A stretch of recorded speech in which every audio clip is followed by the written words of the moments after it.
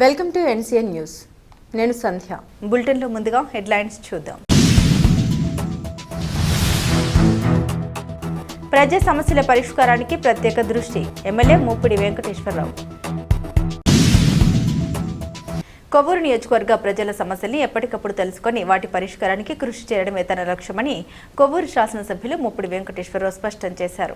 కొవ్వూరు పట్టణంలోని తెలుగుదేశం పార్టీ కార్యాలయంలో నిర్వహించిన గ్రీవెన్స్ కార్యక్రమానికి నియోజకవర్గంలోని వివిధ గ్రామాలు, పట్టణ ప్రాంతాల నుండి పెద్ద సంఖ్యలో ప్రజలు హాజరై తమ సమస్యల్ని ఎమ్మెల్యే దృష్టికి తీసుకొచ్చారు. ఈ సందర్భంగా ప్రజలు గ్రామాల్లో తగినంత స్ట్రీట్ లైట్లు ఏర్పాటు చేయాలని, అర్హులైన వారికి హెల్త్ పెన్షన్లు మంజూరు చేయాలని, పెండింగ్లో ఉన్న రెవెన్యూ సమస్యల్ని త్వరితగతిన పరిష్కరించాలని, అవసరమైన ప్రాంతాల్లో సీసీ రోడ్లు నిర్మించాలని, అర్హులైన కుటుంబాలకు కొత్త రేషన్ కార్డులు మంజూరు చేయాలని కోరుతూ వినతి పత్రాలు సమర్పించారు. ప్రతి వినతిని ఎమ్మెల్యే ముప్పిడి వెంకటేశ్వరరావు స్వయంగా పరిశీలించి సమస్యల వివరాల్ని సంబంధిత అధికారులకు పంపించి త్వరితగతిన పరిష్కారం చూపేందుకు చర్యలు తీసుకుంటామని హామీ ఇచ్చారు. ప్రజల సమస్యల్ని నిర్లక్ష్యం చేయకుండా ప్రతి ఫిర్యాదుపై నిరంతర పర్యవేక్షణ కొనసాగిస్తామని తెలిపారు.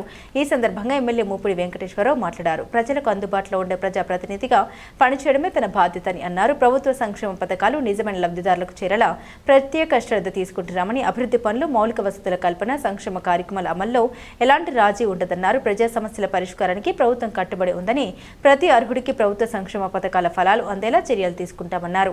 ఈ కార్యక్రమంలో కూటమి నాయకులు, తెలుగుదేశం పార్టీ నాయకులు, కార్యకర్తలు, ప్రజాప్రతినిధులు, నియోజకవర్గంలోని వివిధ ప్రాంతాల ప్రజలు పెద్ద సంఖ్యలో పాల్గొన్నారు.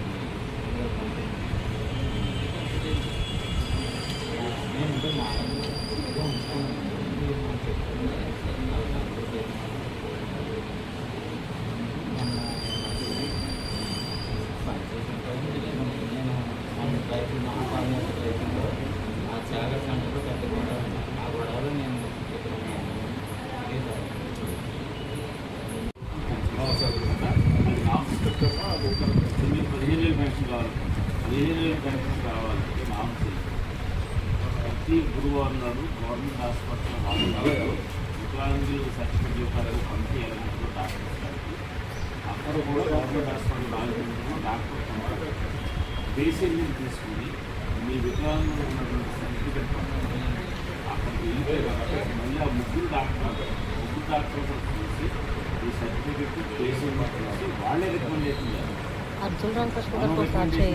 మన ద్వారా వెళ్ళే వికలాంగులకు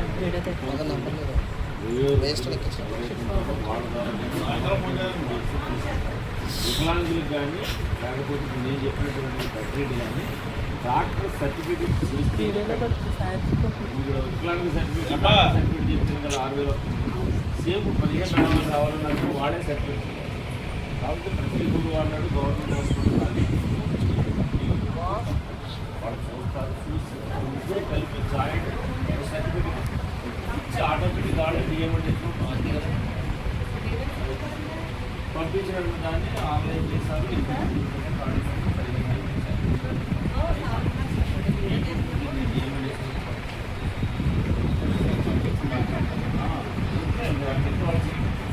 బేసిక్ తీసుకుని certificate, Aadhaar card, rank card పట్టినా పెట్టారు.